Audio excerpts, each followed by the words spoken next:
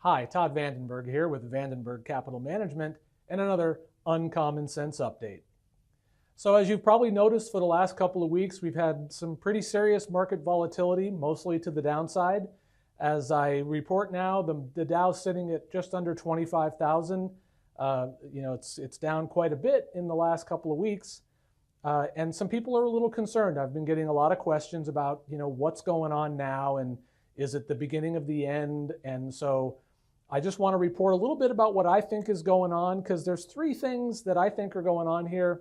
None of them have to do with fundamentals. Again, as I reported last week, as we see S&P 500 earnings being reported, 20% growth in earnings is pretty normal right now. And that's amazing. The economic data is really good right now.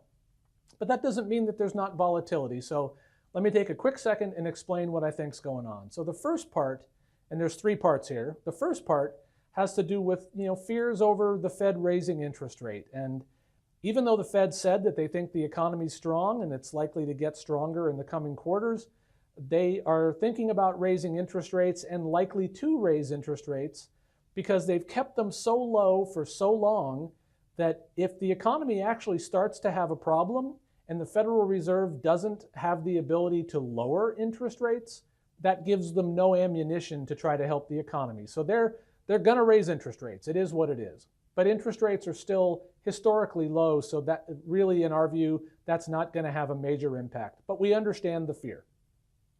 The second part had to do with computer-based trading or program trading.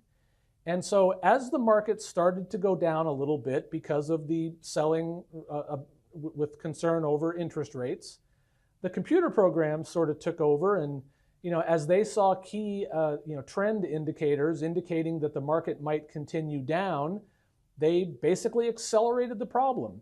It's not uncommon. Computers have been around for a while, and so this is something we have to get used to, is that computers can actually accelerate fear selling, because the computer models don't know anything about emotion. They just know, gee, the market's going down and we see the volatility index increasing, so we're going to sell. Again, normal, been happening for a while. But the third part is actually new, and it's contributing, I think, in a pretty significant way, and that is the transition of ownership of mutual funds to exchange-traded funds. Now, this is a little technical. I won't go into too much detail, but basically a mutual fund, if you put a trade in the morning to sell a mutual fund, you don't actually know what price you're going to get, or if you're going to buy one for that matter. You don't know what price you're going to get until the market closes, and then the mutual fund tells you what price you either bought or sold at.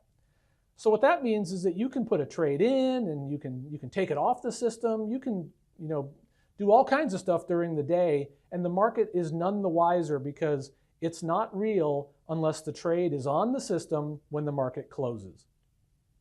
So that's actually kept a lot of volatility from happening, because as people might sell throughout the day or try to sell a mutual fund, no activity actually happened until the close of the market. When you counter that with an exchange-traded fund, so let's say you have a mutual fund that owns the S&P 500, and again, you put the trade in and nothing really happens till the end of the day.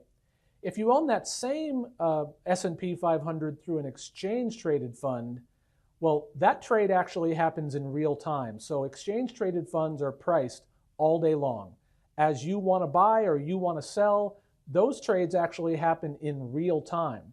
So as more people use exchange-traded funds to execute their trades and to own investments, what you find is that these trades are happening real time, which then causes potentially, if the market's going down, more selling pressure that causes more downward pressure on prices, which then causes more computer trading to want to get ahead of that downward trend. So it actually accelerates volatility, both on the upside and the downside, but we're really seeing it now to the downside as more people transition to exchange-traded funds.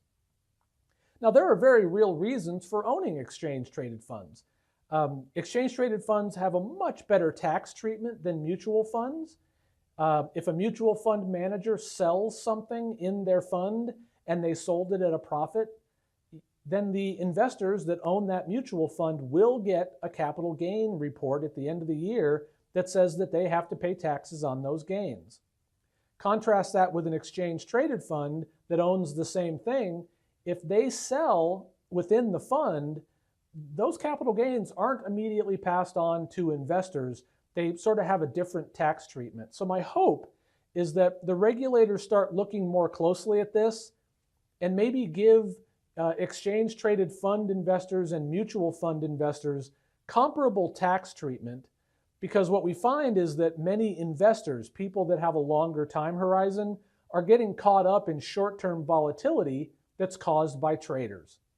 So I hope that explains a little bit about what's going on. If anybody has any questions, shoot me a note. I'll happily try to provide an answer. But that was your update. I hope you enjoyed it. If you did, give us a like, give us a share, and I'll be back next week with another Uncommon Sense update. Thanks for watching.